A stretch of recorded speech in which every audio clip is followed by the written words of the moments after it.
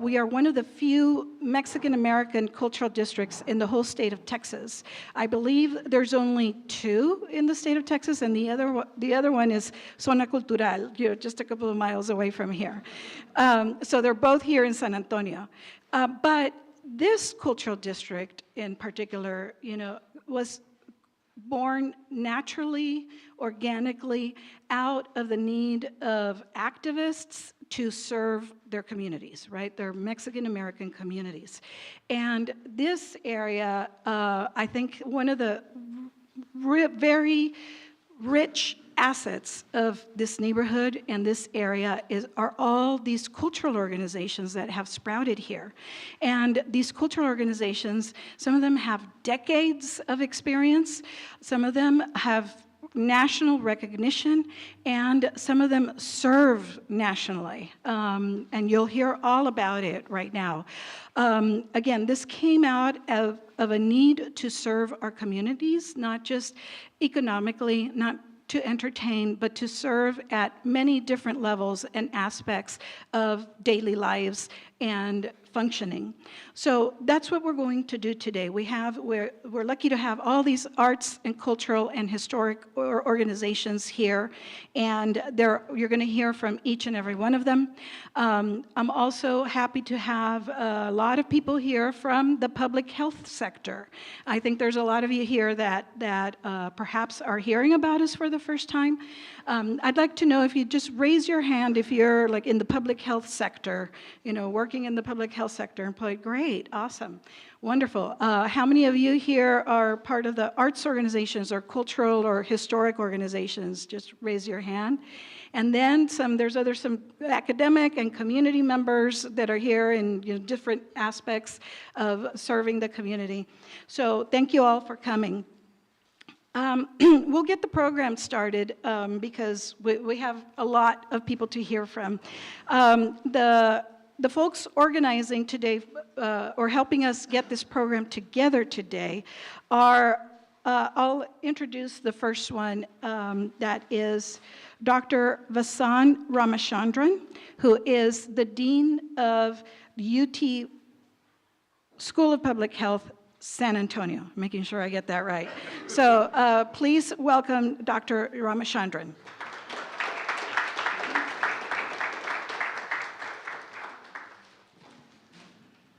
Thank you, Christina. Councilwoman Castillo, friends, it's such an honor and a privilege to be over here, to feel the warmth and the energy in this room. We are a new school of public health, and we call ourselves the People's School for a reason, because we belong to each one of you. Our goal is to listen, including today, learn from you, to be able to recruit students, enroll them from within San Antonio, from within Bexar County, to train them locally, including working with you all, and to place them locally. And the reason we do this is because I'm by training a physician, and they taught me to diagnose disease and to treat disease. But over a time, it became clear to me that there's also illness, there's also healing, there's also well-being, and that has got nothing to do with physical ailments or disease. And that's where public health meets healthcare, where we need to change the way we approach health, healthcare, and public health. And it begins by learning from the people. And that begins by listening, understanding, and speaking less. So I'm going to stop here and invite my colleague who introduced me to this warm and beautiful place. Thank you for letting me into your homes. What an honor and a privilege to be here. Glenn.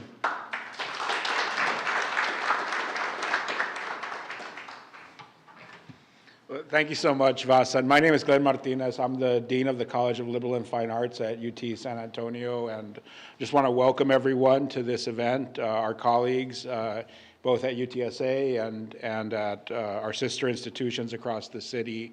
We're just delighted to have you here. This event is sort of conceived as Arte, Cultura, as public health, and is public health. I remember when I was in public health school about a decade ago or more, there was a campaign that was put together called This is Public Health, and there were these stickers, and kids would go around and put stickers on things and describe why it was public health. I really think after my work over the past 10 years in humanities, in arts, in public health, what I found is that there are some things that are public health that you can't put a sticker on. And one of those things is relationships, friendships, bonds of solidarity, coalitionality, sharing. And that's why I'm so happy for this event, because this event represents that coalitionality, that sharing, that friendship, that love that exists between various institutions and various people. And that's what I hope you'll get a sense of throughout today's program, is that the power of those human relationships and how those are central to any view of the health of population. So thank you very much, and thank you all for being here.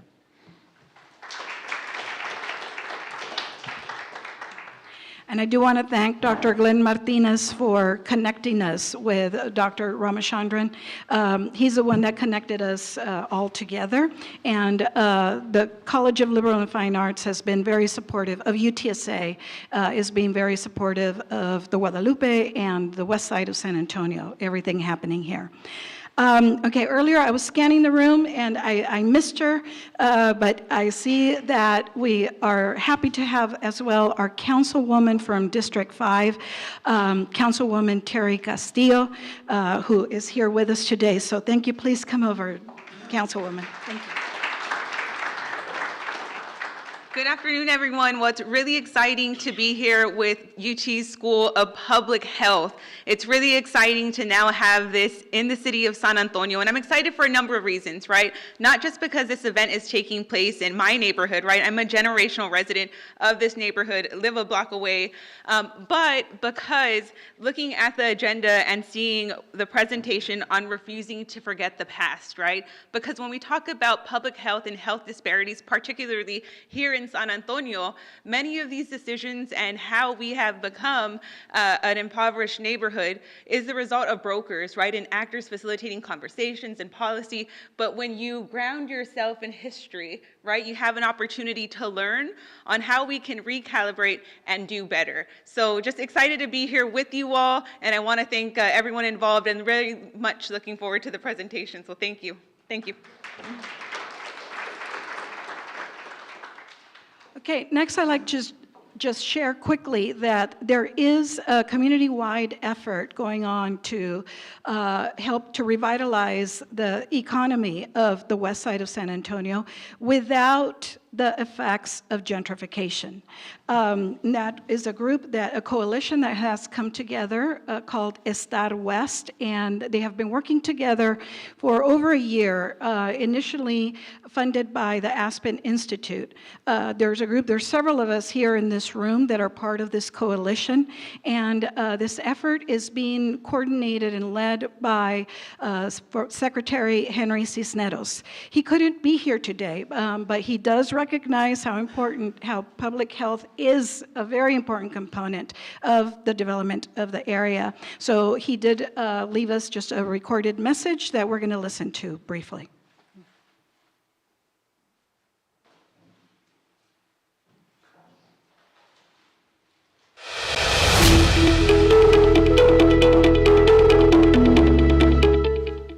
Welcome to this groundbreaking event, a luncheon and a panel discussion incorporating the major cultural and arts organizations of San Antonio's West Side. This is a pioneering event in the sense that we're going to be discussing subjects that are really, many people don't think go together. But it's very clear that for us to make advances in the economic life of our community, incomes and wages, issues related to education, K through 12 and higher education, the range of things that we think of automatically when we think of progress, it's critical that we incorporate the realities of health. And to see the connection between matters of culture and arts and health, that's breakthrough thinking. And I'm so happy and so proud that you're taking up this discussion right here in our West Side. Officials across the country, including as high as the Surgeon General of the United States, are increasingly discussing health not just as a matter of physical health and, more recently, matter of mental health, but increasingly talking about the role of that which we consider the transcendental, the soul, our social being, and health. When you think about it, it's so obvious and so real that people have to be strong in every respect, and understanding their culture, communicated by the arts, is profound and relevant and real. So congratulations for gathering in this way. You'll be all part of an important discussion in this panel, and hopefully share new ideas, get thoughts about how your own organizations can advance the cause, and most importantly, raise the idea with the residents of the West Side. Much of our community has been left behind by the progress that other parts of San Antonio are enjoying. So it's totally appropriate that this conversation would occur here. But more importantly than that, we understand that those connections of culture, the arts, body, mental health, and the soul, perhaps in ways that other parts of our community don't. So it's totally appropriate that the conversation begin here, and that we not only help our own community, but we serve as people who can convey these important ideas on a broader basis across the city and hopefully beyond. Gracias, felicidades, and buena suerte.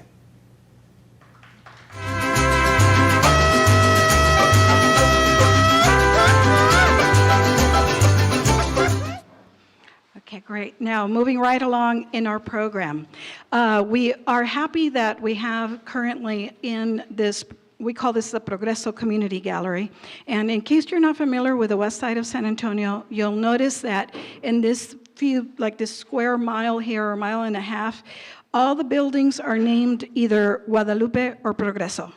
Okay, so this is the Progreso Community Gallery because this used to be the Progreso Pharmacy, this entire building here. So this is our Progreso Community Gallery, and we have rotating exhibits. The current exhibit that we have right now is called Refusing to Forget. This is a historical exhibit put together by a group of professors, of Chicano history professors and Chicano professors from across the state. We are lucky to have somebody who's one of these professors that is very involved with this exhibit here in our backyard at Our Lady of the Lake University. And to tell us just a little more about this exhibit we have Dr. Christopher Carmona from Our Lady of the Lake, who's going to tell us about it. Please welcome Dr. Carmona.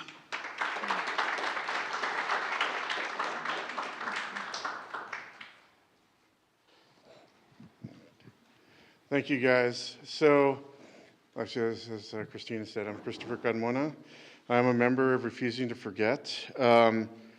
This exhibit that you guys see here is an exhibit that highlights a particular part in history that most people don't know about, and had a huge influence on the history of Texas, the U.S., and the world.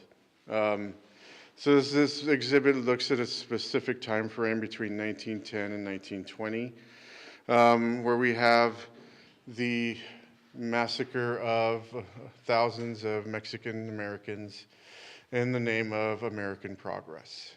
All right. To kind of give you a background of what this whole exhibit does, and to kind of put into context as to what we're all talking about here today. So I knew about this history. It's not in your history books.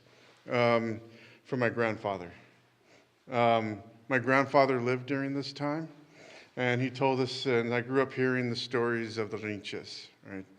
If you're not familiar with what the Rinches are, that's the term that the community referred to the Texas Rangers. My grandfather never referred to them as Los Rinches. He always referred to them as Los Pinches Rinches. It was my dad. They called him Los Rinches. But you can understand what was the impact that had on a community in South Texas. And we're talking about primarily along the border region, where we have, for about 300 years, lands that were considered undesirable by both Spain, Mexico, and the U.S. for many, many years. And these lands were basically run by 5 Mexican families, actually 5 Mexican women, who ran these communities for 300 years. They were ranching communities. And for a long time, ranching was a very profitable business. We're talking about a multi-million-dollar business that this area was comprised of for a very long time.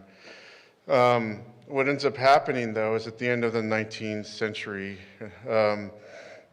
we have a shift in the U.S. economy, right? And the shift goes primarily from an agrarian nation to an industrialized nation. And so when this happens, we have the mass production of agriculture being the #1 resource of the U.S. during that time. And so they're looking for places to create massive amounts of mass-producing farms. And so this is where they centered on looking at South Texas. And South Texas at this time was primarily ranch land. If you start driving south of here, it's all still primarily ranch land, right? But when you get to around where the Rio Grande Valley is, which is where most of this violence took place, not all of it, but most of it was centered on 2 major counties, which was Hidalgo County and Cameron County. And these 2 counties in particular held the vast amount of wealth. And Christina, you're a Bayou family, you're a member of the Bayous, so you're very much, I'm a member of the Cavazos family. So our families are directly tied to what happened down there.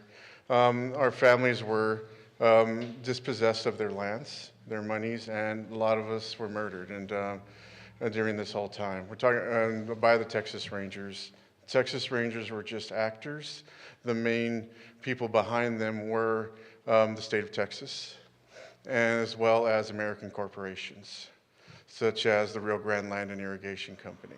So these are some of the things you have to kind of know. They use the Texas Rangers to basically utilize terroristic tactics to get the lands from these people, because they own these lands for 300 years and they're not willing to sell.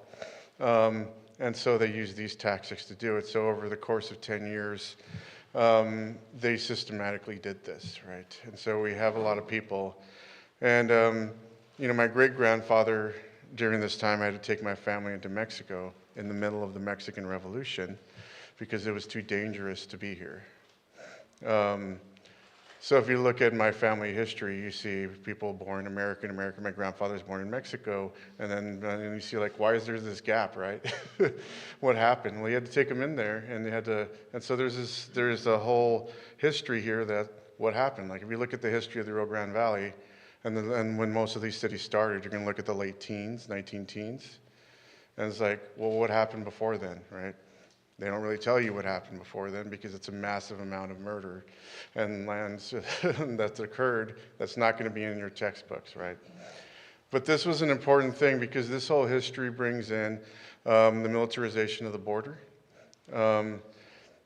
Because we look at 1915, which is behind me, which is considered the bloodiest year in this whole time, create something called the Plan de San Diego, which is the Mexican-American response to the state of Texas not protecting them from the actions of the Texas Rangers, so they started a rebellion, right? They call them bandits.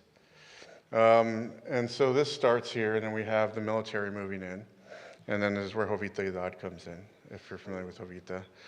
And her encounter with the Texas Rangers in front of her press, where she stands up, and they were ordered to destroy her presses by the U.S. president at the time, Woodrow Wilson, right? And she stood and she stopped them from destroying her. It becomes kind of this huge moment in this era. but she continued to cover the atrocities. So this whole thing kind of brings it all together to understand what happened. It kind of all ended and culminated in the 1919 hearings on the Texas activities of the Texas Rangers by J.T. Canales, whose photo is over there under 19. He was the only Mexican-American legislator in the Texas legislature at the time, and he brought these hearings about the activities of the Texas Rangers. And because of those hearings, you have over 200 people testifying to the atrocities, which ended up reducing the Texas Ranger force, basically dispersing them. And then, of course, in 1935, they get reformed under the Department of Public Safety. But as they were dispersed because of the testimonies of people who came forward. So a lot of this history is lost to most people, right? And why this is important is because it brings in an international conflict, it brings in all these things, and it talks about what is usually referred to as the last colonization of the U.S. mainland. The last takings of these land grant families, dispossessing of their lands. But it's my personal history. And it's a personal history of a lot of people. Because a lot of people fled, right, the Rio Grande Valley to here, to San Antonio. And a lot of people carry with them the traumas of these events. So part of the work that I've done dealing with is looking at intergenerational trauma. And so intergenerational trauma is a term that's referred to in psychology as how these traumas are passed down from generation to generation. Well, about 15 years ago, there's actually studies that were done and practices where they looked at the DNA structures and actually there's genetic markers that are called epigenetics, which carry your traumatic, they're basically these genetic memories from generation to generation with you. They're encoded in your DNA. And so these things get passed down generation to generation. And what happens is when you cut people off from these histories, it starts to create psychological disorders, right? That people are not aware that this is happening. This is about not understanding your own past, right? And so this was started as looking in actually in Native Americans, indigenous peoples. This is the practice started in the 70s and 80s. And it took, years for the science to catch up to what they were been doing for years. And realizing that not understanding your past, not being connected to your history has this kind of effects, right? Leading causes of different things like alcoholism, drug abuse, suicide, depression, anxiety. And so these techniques are starting to be used, and one of the major techniques that's used is the arts. Because the arts is the one thing that we have that we transmit our stories through. They always have been. During this time, this is they consider the kind of revolution of the corrido. And during this time, during the matanzas, when you had basically an explosion of corridos being written, telling our histories about what happened to people during these times. And those corridos, are cataloged by Americo Paredes and others. But it was really Americo Paredes, who's from Brownsville, who understood the importance of these, right? And he's one of the most famous books with his pistol in his hand is this kind of a oral history of these corridos and Gregorio Cortez.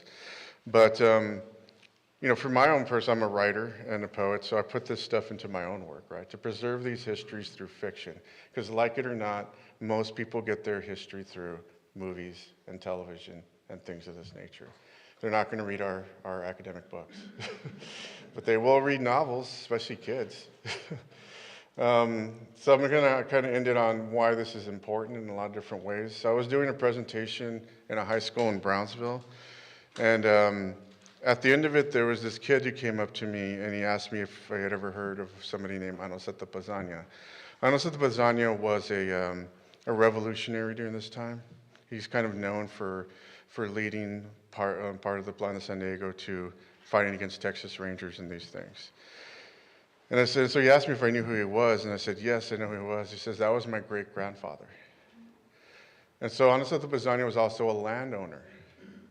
And he lost everything, which is why he turned to becoming a revolutionary. Because he says, since that happened, because these were educated, wealthy families, I'm the first person to be going to college since his great-grandfather. And basically telling these stories for him has a very deep, real connection, because we're still connected to this. It didn't happen that long ago. When we have somebody's great-grandchild still recovering from the loss of what happened there, right? So we talk about the real connections to why this history, it's still here. We're not, I mean, I'm only 2 generations, right, from this. He's 3 generations, right? So this is the importance of why understanding our history is why we should know about this and what the arts do, like keeping these going and having their stories told is a healing process. Thank you, guys.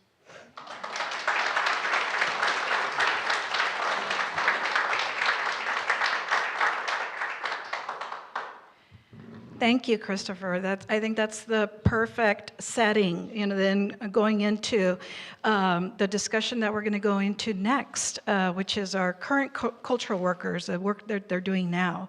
At this point, I'm going to call all the directors that we have here of the different arts organizations. I'm going to call you and invite you to come take a seat right over here up at this panel table so that we can talk about all the great work that you do, each of you individually. So come on over. We have them all right here.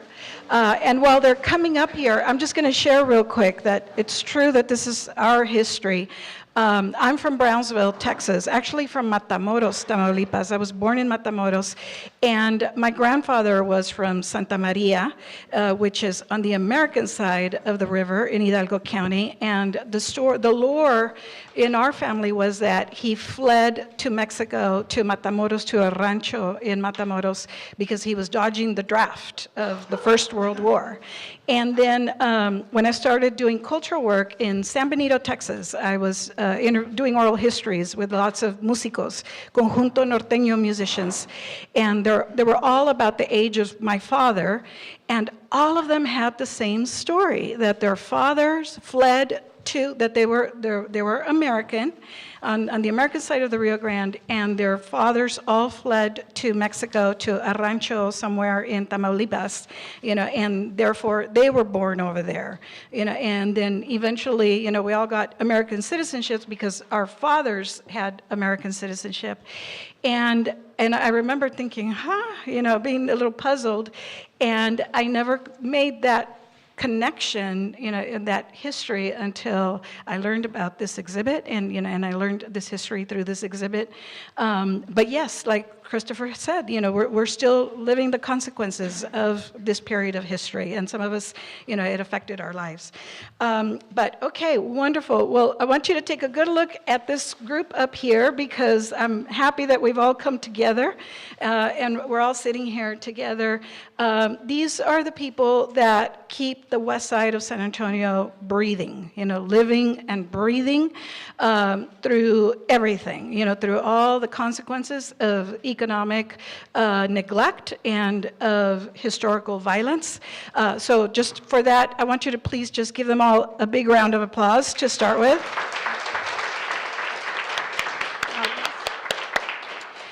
Okay, and what we're going to do is we're just going to go down, and I'm going to let everybody introduce, rather than me introducing themselves, introducing everybody, I'm going to let them introduce themselves and tell you about the organizations that they run, the work that they do, and we'll just go from the outer ends to the middle. So we'll start with Guadalupe Reina over there, who is currently the director of Sananto Cultural Arts. So Guadalupe?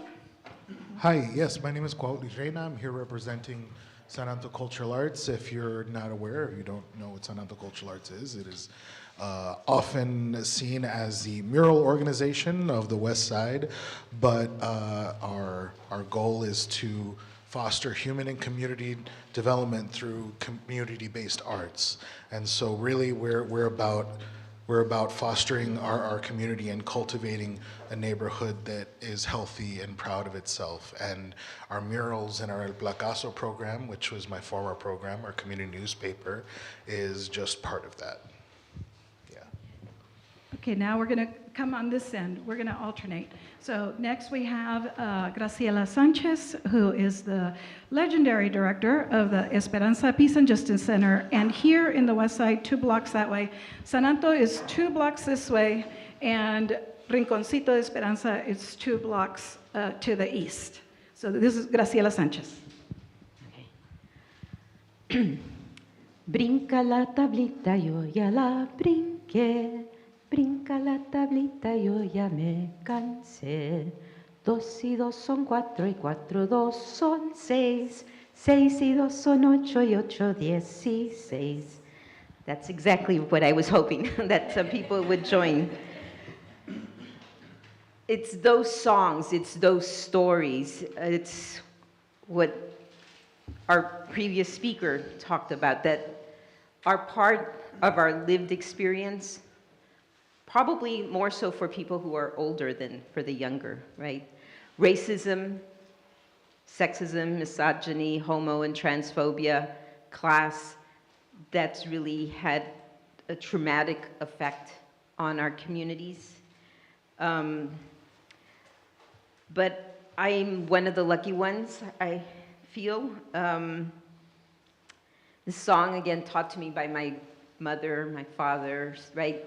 My dad putting together a community choir of children when I was, 4, 5, 6, right? And took that choir to the neighboring, to the mothers, right? It was for Mother's Day. It was a Mother's Day gift so that we would learn Las Mañanitas. And to this day, I make all my staff learn Las Mañanitas. So when it's somebody's birthday, they know it because they all come and say, I don't know. Don't be traumatized. Here are the lyrics. Learn it, right? And by the end, they're just really feeling good about that. But I was lucky also that my mother was born here in the West Side on Veracruz Street. And she was brought to life by a midwife, a partera, right? And at that time, we had the parteras. We had the sobadoras, the massage therapists. We had the hueseras, the chiropractors. We had we had our healers around us. But again, as time goes on, the healers get pushed out because they're not legitimate. They're the witches, they're the brujas, all these negative things. Again, we're feeling that racism, so we push them out, and they also die, right? But what we inherit, sadly, because we are Mexican predominantly in this neighborhood, because we are poor and working poor, is all the negative, okay, you're Mexican, you're poor, you're dark skinned, oh, Guadalupe Street, the borrachos, the drug dealers, the prostitutes, that's everything we hear. That's everything I heard. But my mom said she heard it too, and she was born in 1923, right? So, and what she was great about doing was, is it the truth? Is this your reality? And she would walk us out. I mean, we could walk out, we could be watering the plantitas, right? And it's like, pay attention, what's happening around you? Is that what you're hearing? Is that true? No, those are all lies. So those lies are the stereotypes, and those stereotypes allow for demonization of people, and that demonization allows for people to, again, not be real. You're able to, in that demonizing, you're able to hurt people, you're able to kill people, you're able to kill yourself, right? So that's, so the need to culturally ground our communities is a lot of what we've been doing at the Rinconcito de Esperanza, which is, again, on the other, just 2 or 3 blocks east of where we're at right now. Because as we were working for peace and justice throughout San Antonio, the nation, and the world, it's like, you gotta start here. You gotta get it closer. So that's what we've been doing. We've been finding those stories, gathering, doing oral histories of the community of the West Side, looking for 70, 80, and 90-year-olds. The 100-year-olds have all disappeared. The COVID hit us, but it was the, people's being isolated that damaged them more. They didn't die of COVID, they died of, of being alone. They died of not being with each other, the creation of the community that we had built. And they died of old age, right? 98, 99, 100. Mr. Vidales just died at 101 back in September. So what is it that, nowadays you can't, our younger people are living to in their 50s and 60s. We have diabetes, you all know the health conditions that are prevalent in this neighborhood, but were they always there? Again, in the 60s and 70s, they raised our neighborhoods. My whole neighborhood was gone. It's traumatic to feel that everybody has left. My parents were smart enough to figure out how to wait until they could buy a lot one block north, so we moved to the north side. So we can say we lived in this neighborhood for 130 years, right? But not everybody has that. And in that raising, they took down all our tienditas. So today we have food deserts, right? They took down our homes, right? And they built really cheap housing in its stead. Now we have a lot of people suffering with mold and just a lot of bad stuff. So I know I ran out of time, way over out of time. But we have newsletters, La Voz de Esperanza, that we carry stories. We're willing to take public health stories. We had a whole festival on water. I use this instead of the plastic. Think about what we're doing. And we do have the ongoing Arte Vida and our second Saturday. And you're on, sorry. Well, now, Now it's the other side. Now it's and I'm going to have Sarah Gold, Dr. Sarah Gold from MACRI, Mexican American Civil Rights Institute. Hi, everybody. Nice to be here with you today. Thank you for the invitation, Christina. My name is Sarah Zenaida Gould. I'm the Executive Director of the Mexican American Civil Rights Institute. We are the youngest? You might be the youngest organization on the panel. We are turning 5 in May, and because of when we came into existence basically during the pandemic. And so as an organization that wants the public to know more about Mexican American civil rights history, public health has long been an issue of civil rights for Mexican Americans and others, but certainly as an organization that came into existence right as the pandemic was breaking out, that public health has been a topic that we have gone back to over and over again in our programs. So we had our virtual launch in August of 2020, where we introduced ourselves to the world, and of course one of our panelists was a public health specialist. So we had Dr. Hector Gonzalez, a former director of public health of the city of Laredo, as one of our speakers. About a month later, we launched what has become one of our signature programs, which is a program we call our MACRI Talks, where we have different historians talk about different aspects of Mexican American civil rights history. And so the very first one that we did for our MACRI Talk the topic was Mexican American Civil Rights and Public Health, Past, Present, and Future, and it featured Dr. John McKiernan Gonzalez from Texas State University, Dr. Norma Martinez Rogers from here in San Antonio, and Dr. Rogelio Sáenz, the fantastic demographer from UTSA. After that, we've had more public health programs. We had Dr. Ana Martinez Katzam speaking about epidemics, public health, and Mexican Americans, and that was a focus on the history of El Paso. Those two are available on our YouTube channel if you want to go back and see them. We then hosted a traveling exhibit from the National Library of Medicine that was called For All the People, A Century of Citizen Action in Healthcare Reform, which was about the history of community health, and it had particularly aspects of how women and people of color have been involved in advocating for and taking action for community health. So we had that exhibit on display at our visitor center over here last summer. And then we also most recently had a MACRI Talk focused on mental health, in which we had the author of a novel about Gus Garcia, the famed Mexican-American civil rights lawyer who himself struggled with mental health issues.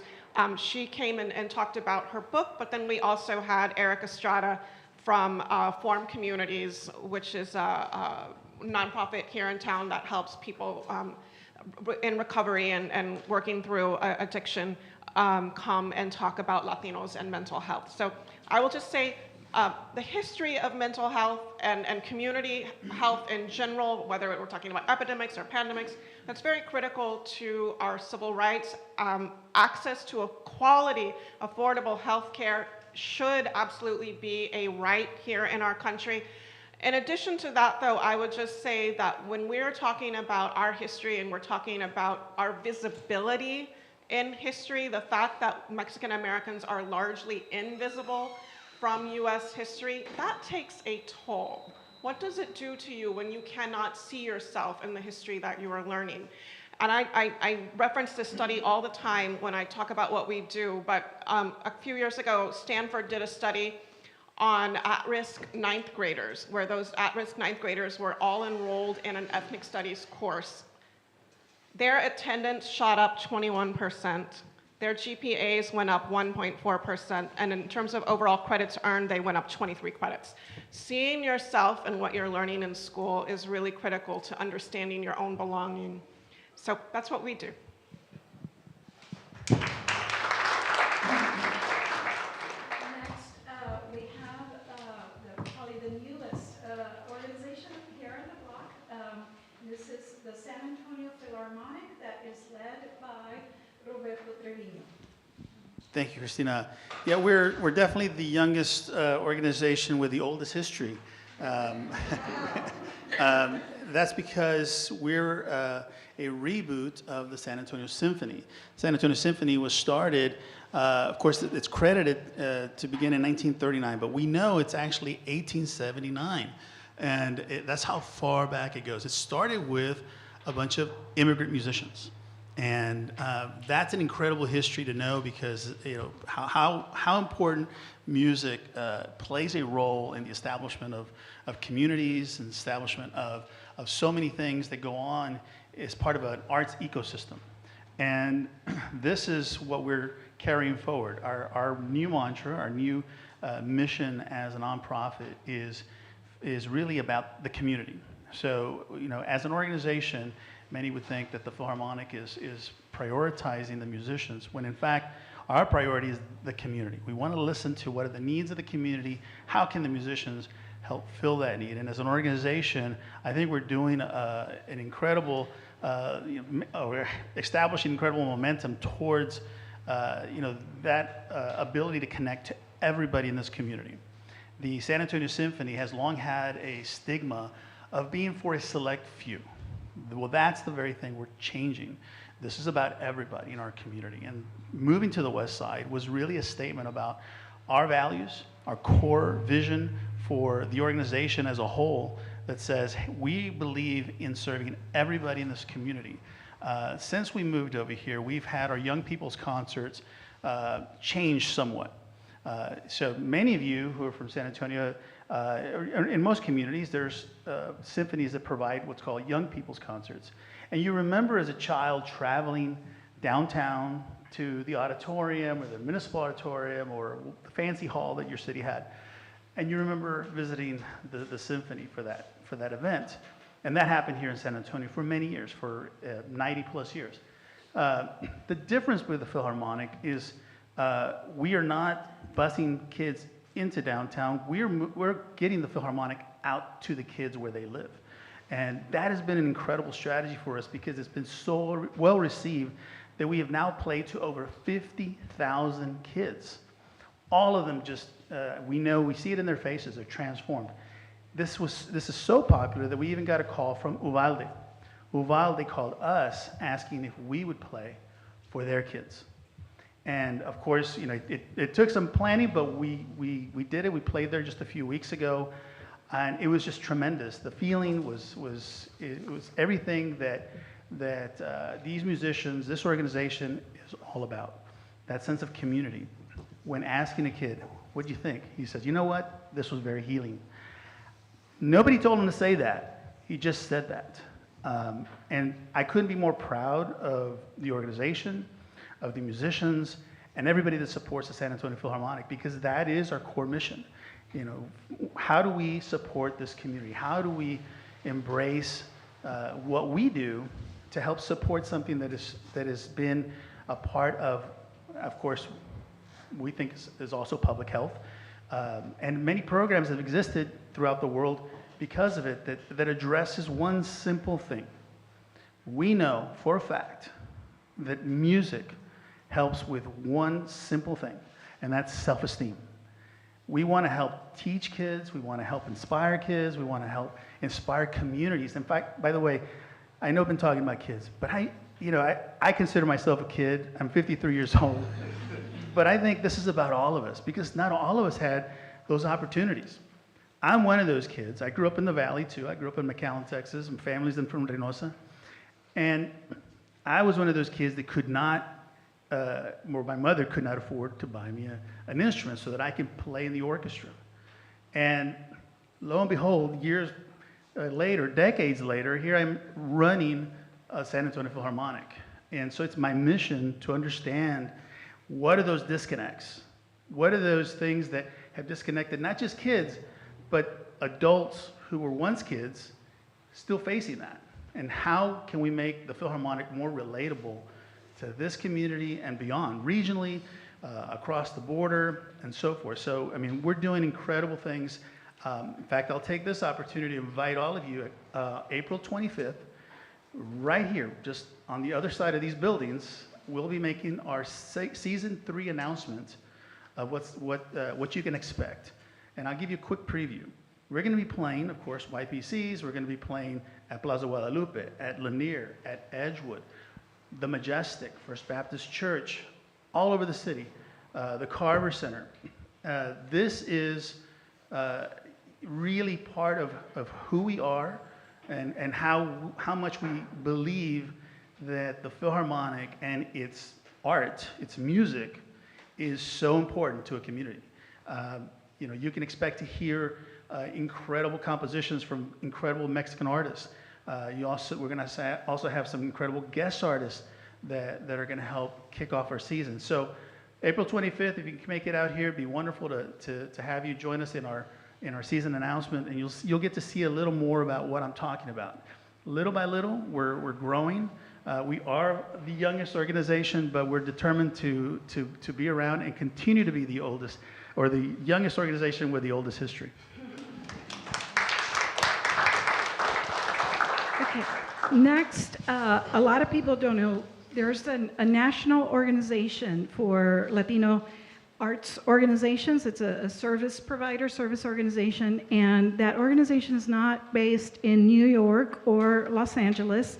It is based here in San Antonio, and not just in San Antonio, in the west side of San Antonio. That is NALAC, the National Association of Latino Arts and Culture. It was led by Maria de Leon for like 25 years, I think, and she just retired.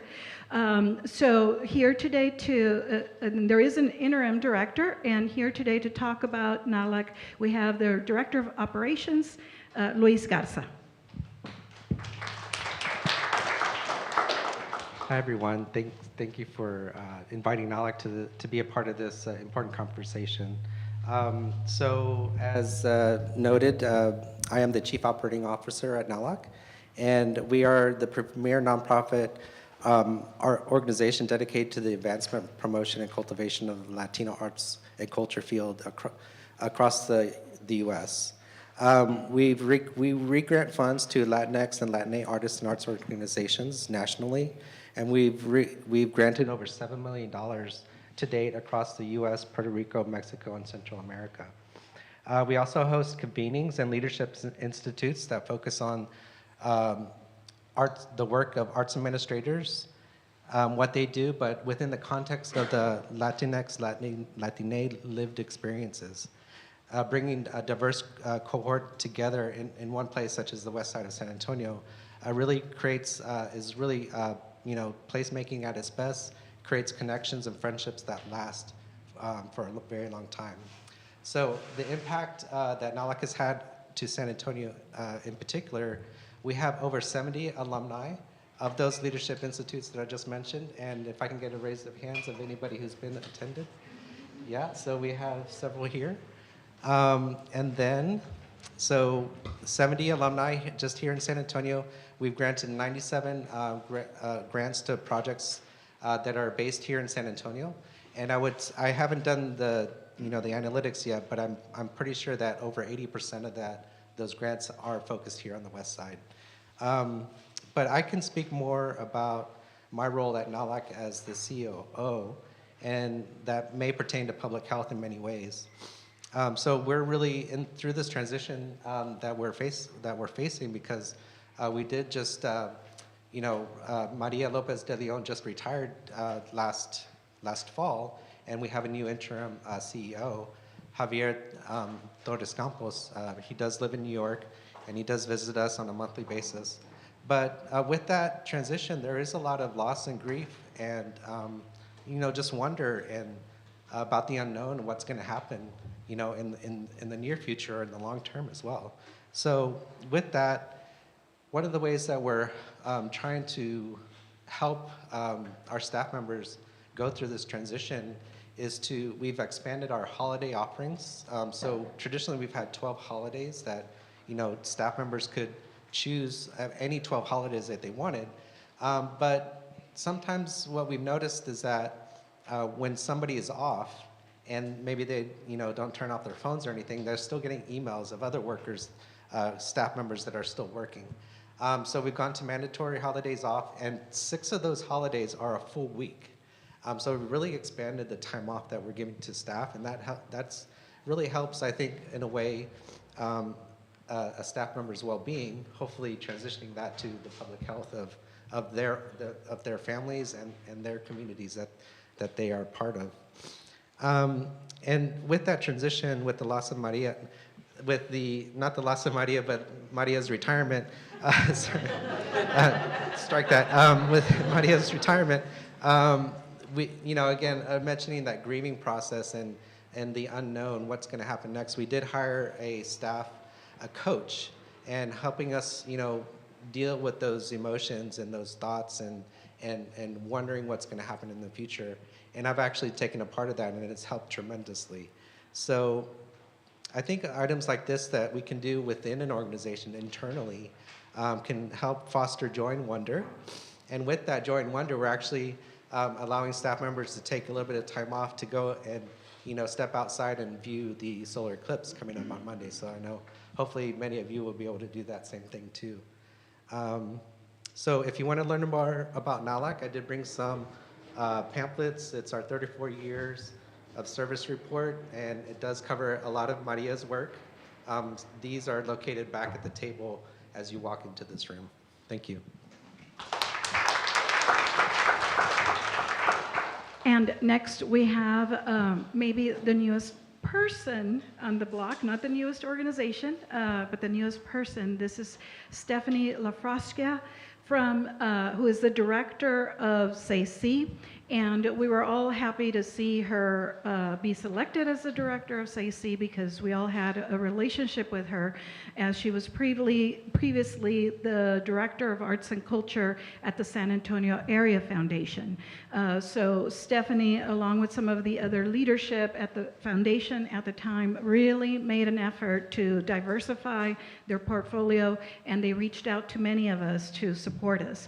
So we were happy to see Stephanie be selected as the next director of SAIC, which is a youth arts organization just not even a block south of us this way. So Stephanie. Thank you. Yes, it's true. I've joined 3 months ago, but have luckily had the opportunity to work with everybody here for many years. And one of my older colleagues, Jesus from the Area Foundation, is there, so they're still well represented here on the west side. So SAIC is a creative youth development organization, and that means that we provide arts education, and in our case, it's free arts education to middle and high school students. And it's a little bit different than some other programs that you might see that offer maybe an afternoon of art making a month for families. We're not a drop-in program. We are a model where the students commit to participating every single week in our studios, and our studios are working across disciplines in visual arts, performing arts, new media, and film. And so it's a long-term commitment from the students, but also from us, that we commit to be there for them year after year.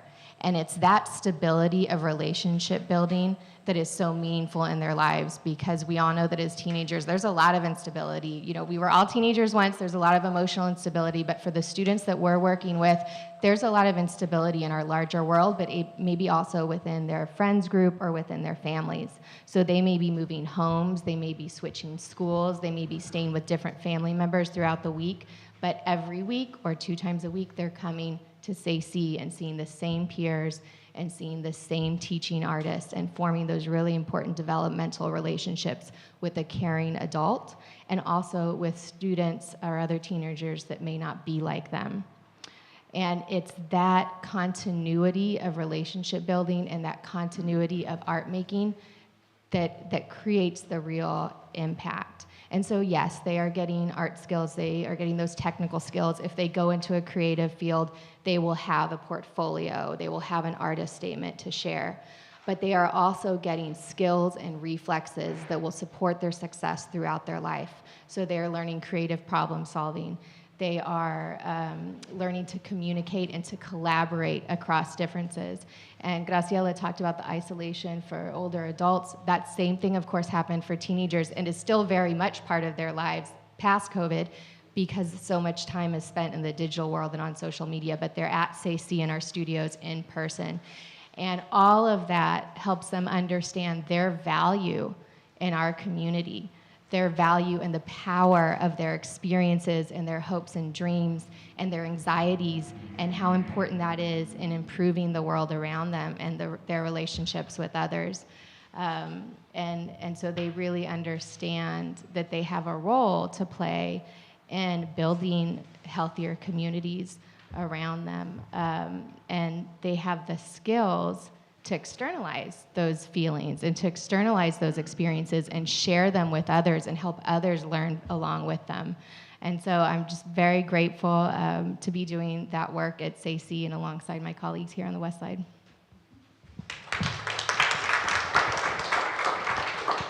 Okay. And yes, and we will speak about the Guadalupe Cultural Arts Center that has been established here since 1980. It began as a group of activist artists that were called Performing Arts Nucleus. San Antonio, the city of San Antonio, went into single-member district in the 1970s, sometime for city council in 76. And that changed the makeup of the city council and therefore the control of the budget for the city. So for the first time, resources were allocated to Mexican American, and I believe also at the time some African American organizations. And so that's how the Guadalupe Cultural Arts Center was funded and founded. And it was actually founded in a couple of offices in this building upstairs. And they received the management of the Guadalupe Theater, which is right here across the street. This theater has a long history in this neighborhood. It was one of 2 theaters. The other theater was right next door to us, the Progreso Theater. And it was an entertainment hub. This was an entertainment district for the west side of San Antonio. That theater was opened in, I always forget if it was 1945 or 1942. See, it was 1942. And it was featuring the golden era of Mexican cinema, variedades shows. So it was a hub and a center for Mexican Americans in San Antonio. It did operate for a long time until it fell into disuse and eventually was purchased by the city of San Antonio. And then the operations, the management of it was granted to the Guadalupe Cultural Arts Center that renovated it for the purposes of public community arts. Public community theater, Chicano theater was a big program that came out of that. And now we still have it coming back to life under the direction of Jorge Piña, who was the original theater director. Other programs like at the time it was called the Chicano Music Program. Now we call it our traditional dance and music program. founded the Tejano Conjunto Festival, which has taken place now for 41 years. We're about to have our 42nd annual Tejano Conjunto Festival in Rosedale Park, a little further down on the west side of San Antonio on General McMullen. And that is coming up May 15th through the 19th. So mark it on your calendars. It's a great festival.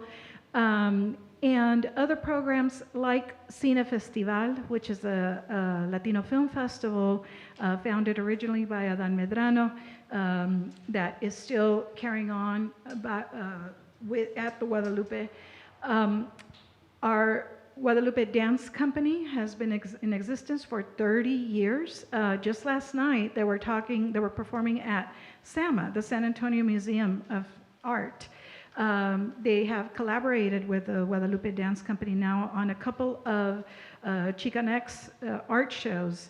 A couple of years ago it was La Malinche. Now it's their newest exhibit that they have there, and the Guadalupe Dance Company is creating choreography show out of it. And they were talking last night about how this specific art exhibit lends itself to the expression of women and how women are expected to present themselves, and they were transmitting that and exploring that through their dance and their dance choreographies. So the Guadalupe has, again, a long history of serving this community and all of San Antonio, all of Texas, and really all of the country and Latin America. The Guadalupe has gradually acquired quite a bit of real estate, owning about 3 blocks up and down Brazos Street. We are currently completing a campus master plan where we hope to renovate these buildings and put them to good use. Currently, we already have started doing the renovation of the Guadalupe Theater. It's been closed for operations because we're wrapping up the design process, and we'll start construction. And I quickly want to acknowledge our board chair of the Guadalupe Cultural Arts Center, which is with Mr. Ivan Mendoza, who's sitting over there. He's leading this effort.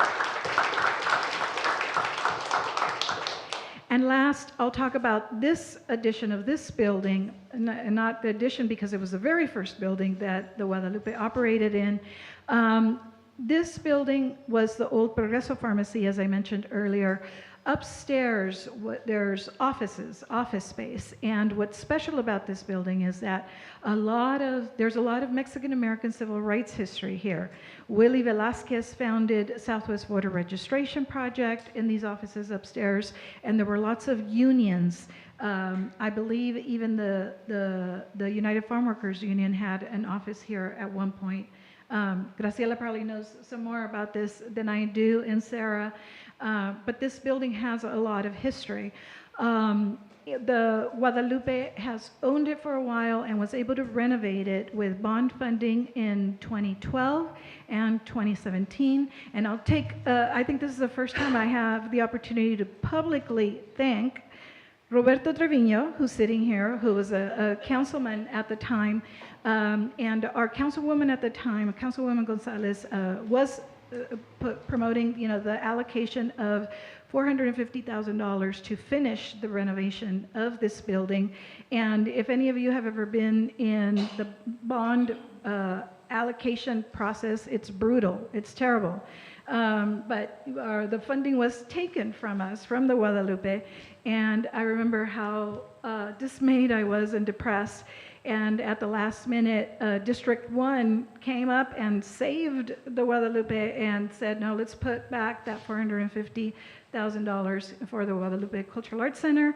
And that was under the direction of Roberto Trevino, who was texting, his appointees, to put it back. It was us, and I believe it was the women's shelter. I'll never forget that they added the Guadalupe and the women's shelter. And I don't think that was in your district. Was that in your district? The women's shelter was not in your district. The battered women's shelter was not in your district, or it was.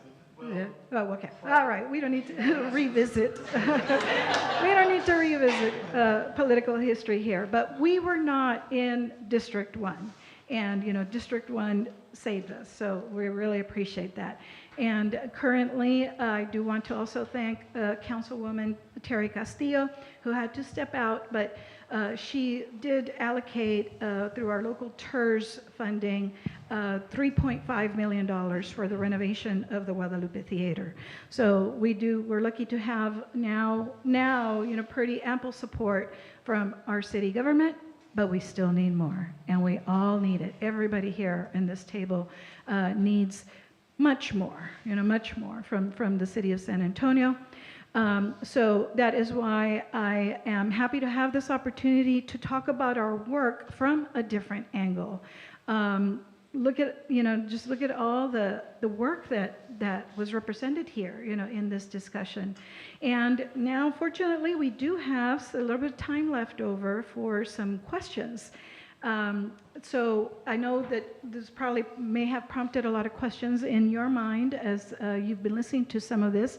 So we'll open it now for questions. We have time for a couple of questions. So if any of you would like to ask anything of any of these panelists up here, now is your chance. So we'll open it up to you. Any questions or comments? Okay, we knew we would have a comment here.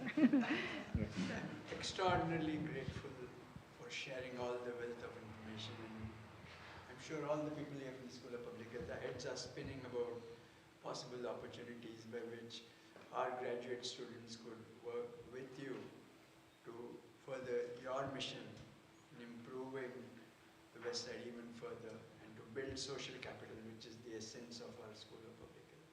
So I want to express my gratitude. It's a wealth of information which we are processing as we sit over here. Thank you.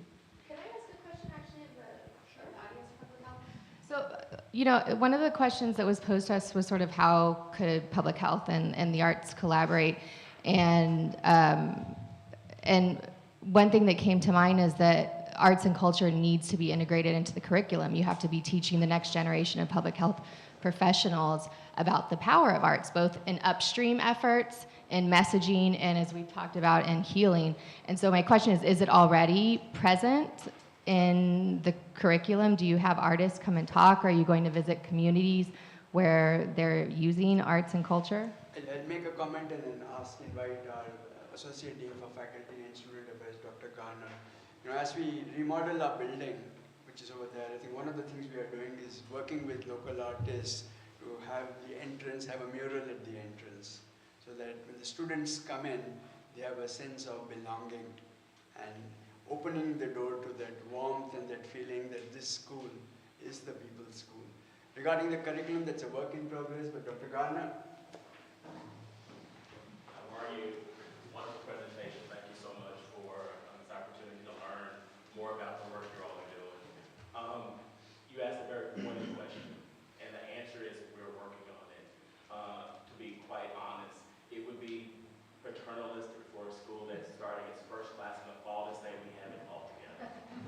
So when I heard your presentation in particular, I was thinking I need to make some phone calls toward the very point you were making. I think it's something that we're going to continue to work on with the point that the dean made about making certain we're very intentional about the types of collaborations we have and making certain that San Antonio is reflected in our building so that when people get to our building on the other side of town, they still see San Antonio, they see themselves in the work. Thank you, and I think that's exciting then because we have an opportunity to really integrate it and we're all meeting each other now, and so you have all these contacts who can help you do that because what has been the hardest hurdle for me as somebody who really grew up loving art and culture and was a high school student in the art studio every day was that that's not accessible for some people. Not it means that they don't have the money for it, or we have programs that help address that. What I mean is the mental or psychological hurdle to get yourself into an art space if you don't think of yourself as an artist or as somebody who participates in culture is one of the biggest hurdles that I think we all face when we're talking with communities outside of arts and culture. And so if you can have artists present and helping you develop curriculum, if you can work with cultural communities in developing that curriculum and help the students break down some of that barrier and fear of the arts or misunderstanding of the arts as they're developing their own careers, I think that's incredibly powerful and then just creates much longer term change. I just want to take a quick opportunity to invite everyone in this room to our next concert at no cost. I would love to have you and host you at our concert. It's 19th or the 20th, because what better way than to show you what we do. So please let us know if you'd love to attend a concert, and we'd love to host you. Everybody, that includes our panelists up here.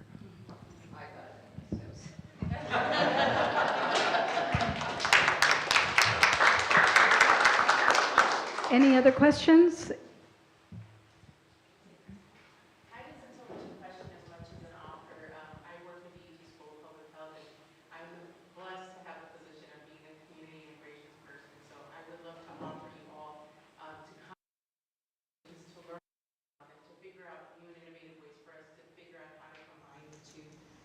So please, before you leave, I would love to give all of you my card. So that's kind of an offer, but thank you for your time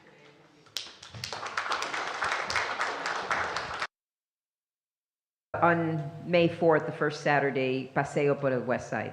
And that kind of has a history because, again, the powerful, developers wanting to knock down our building. So, two buildings down is what is the UTSA headquarters, West Side headquarters. That was the contentious building that was coming down. That was a 4-year struggle. And again, it wasn't because of internalized racism. Our own allies were like, yeah, take it down. It needs to come down, It's like, but again, perseverance. And so because of trying to preserve that building, we thought, okay, let's do consciousness building. Let's do community education. And then we started these walking tours. And what we've actually worked with, like the nursing department at the Health Science Center, and we've worked with just different doctors and other healers, so we're willing to do that just off the top at any moment. So, because again, people have come and said they're working in this neighborhood, but they don't know the neighborhood. They don't understand a lot of that. So those are free. We offer it for free, although I've had the pleasure that somebody within the city's health department actually paid us. So, yeah, because I guess a lot of the things that we talk about, it's like, yeah, we're always struggling for funding, and the Arte es Vida bumper sticker comes from the fact that in 1997, Esperanza was fully defunded, and all the arts organizations were cut by 25%. And part of that rationale was the arts are for the elite, they're not for community, therefore let us cut the arts. And that was, and that was done by a majority brown and black city council, right? So we have to continue to change that. They haven't touched them in the same way, but there is always a danger of defunding arts. And so we're happy that there's this major discussion and, and future collaboration. I know, I already spoke, but I want to say one more thing, because it's directly connected to that, is that we know, everybody on this panel knows that the work that we do improves the health and well-being of our communities, but we don't always have the data to do it. We know it because we're doing it every day. And so if there's partnerships to do research with us that will provide us the data that then we can go and get that money that's there for social services, for human services, for community development that isn't always made available for arts and culture, that's a very concrete way of helping everybody up here, is include us in research and help us get data that we can use to make our case. Maybe I'll invite Dr. Barnett. I'll reach out, absolutely.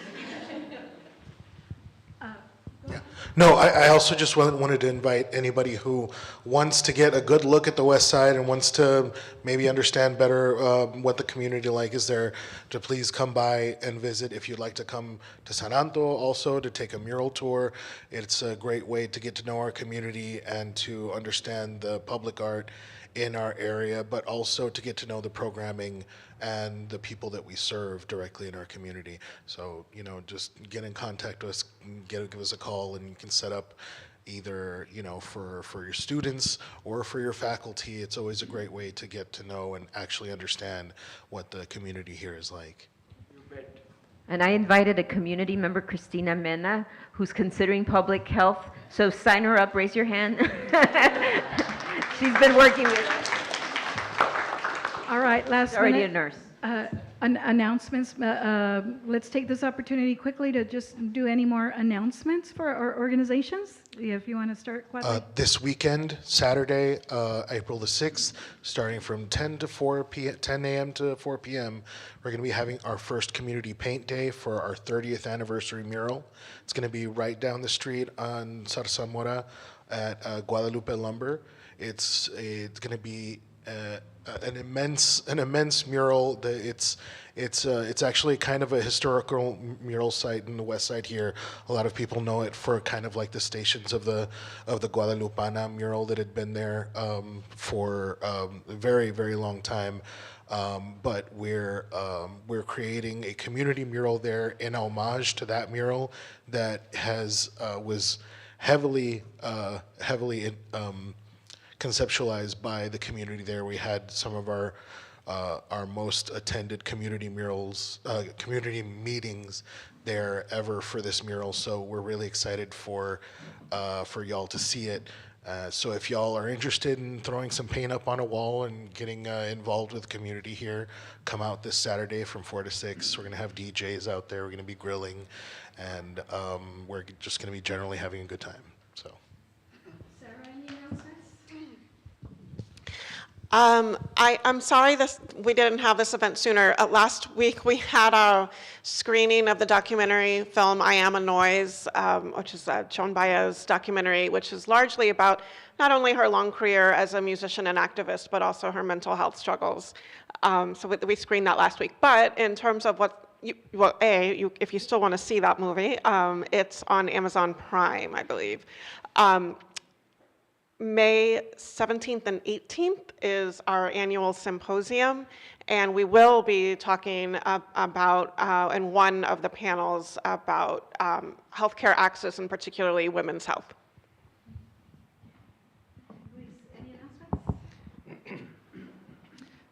Yeah, so just recently, about a month ago, we announced our Advocacy Leadership Institute Fellows. It's a cohort of about, I think, 12 that we're taking to Washington, D.C. To meet with their representatives and advocate for the arts and culture and their programs. I think we just recently announced our NALAC Leadership Institute cohort, which is the group that will gather about 20 individuals here in San Antonio, and they'll be here in the summer. And then we're going to announce very soon the next cohort of the NALAC Fund for the Arts grantees, that'll be comprised of 50 grants to arts projects and arts organizations across the country. So sign up for our newsletter and you'll get all the news. Thanks. Next week, next Friday, is April 12th, is the opening of an exhibition of new student work. It's Stories Seldom Told. So that's April 12th from 6 to 9 p.m. And that is where students come together and they decide on a topic that they want to explore collaboratively. And it may be a topic that they're not seeing as much in the world around them. So in the past, it has dealt with substance use and addiction. This year, they're looking at nostalgia. And for our students, nostalgia means thinking about the 90s and cassette tapes. But they've done an amazing job exploring this and really thinking about nostalgia as a longing for the past, but also a fear of the future. And so they have a very nuanced way of exploring all these topics. So next Friday, 6 to 9 at ZACE. The late 1900s, right? First, I want to acknowledge Dr. Ivan Valbueno, who's a musician with the Philharmonic clarinetist, who won a NALAC award this past year, and we're very proud of that. Again, just to show the diversity and the incredible artistry and talent of these musicians of the Philharmonic. Also, tomorrow night, KLRN, Randy Beamer on the record, I guess. He came with us to Uvalde. He was embedded with us on that trip, and so he'll be telling the story of that trip. If you're interested in watching, what it took for us to get there and the impact the Philharmonic made on that community, he's going to be telling that story on KLRN tomorrow night. I believe it's at 7:30. And again, just want to talk Anybody that would love to come to a concert, we'd love for you to have you, but you're also welcome to our offices, which we're expanding. We're also expanding the offices to include our new music director, Jeffrey Kahane, who is a world-renowned pianist. We will have an incredible Steinway piano here. He'll be doing a lot of rehearsals and playing here that will be inclusive of the local community. And we're very excited about that. We're still in the planning stages of that, but we see that as an incredible opportunity to really engage in the most meaningful way with the community and inspire children as much as possible. Any more? If you want to go to the Rinconcito, 816 South Colorado, right now we have an artist from Saltillo, Mexico, working with our women to fix up the only earthen floor in a commercial building. And, you know, again, building with earthen materials is a lot healthier. Putting it on a earthen floor is also very healing, and so instead of doing concrete cement, we did earthen floor, but we have to keep it up. So right now we've got this artist until the end of this week. Every second Saturday, again, we have our storytelling, so if you don't have time, but you know people who grew up in this neighborhood, please send them over there, or please come and listen. And like I said, the Paseo, and we've got the Museo that is now gonna open up in September of this year. So let community members know about that as well. And I'm just going to make 3 quick announcements. One is that the NALAC Leadership Institute that Luis talked about, I am a graduate of that program, and this year we're happy to have one of our staff members at the Guadalupe, Jorge Luis Gamboa, who's back there running the video and the sound. He's going to be in this year's cohort of the Leadership Institute.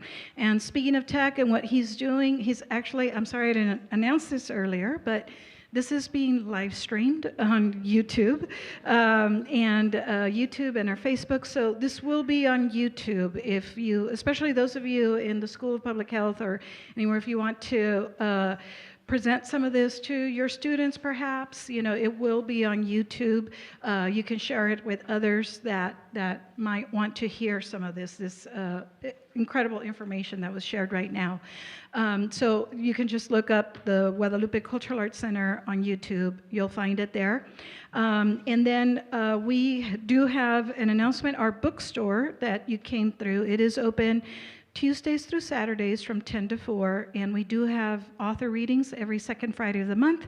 Occasionally, we'll present something on Saturdays, and this Saturday, speaking of healing and traditional healing, we will be presenting the brand new book of an author named Robin Moreno, who is originally from San Antonio, from the South Side, and she made a career in media and publishing in New York City, and then has now gotten in touch with her roots on curanderismo, you know, the traditions of her grandmother, and she has been learning that tradition, and she's written a book about it, and she will have a book reading here this Saturday.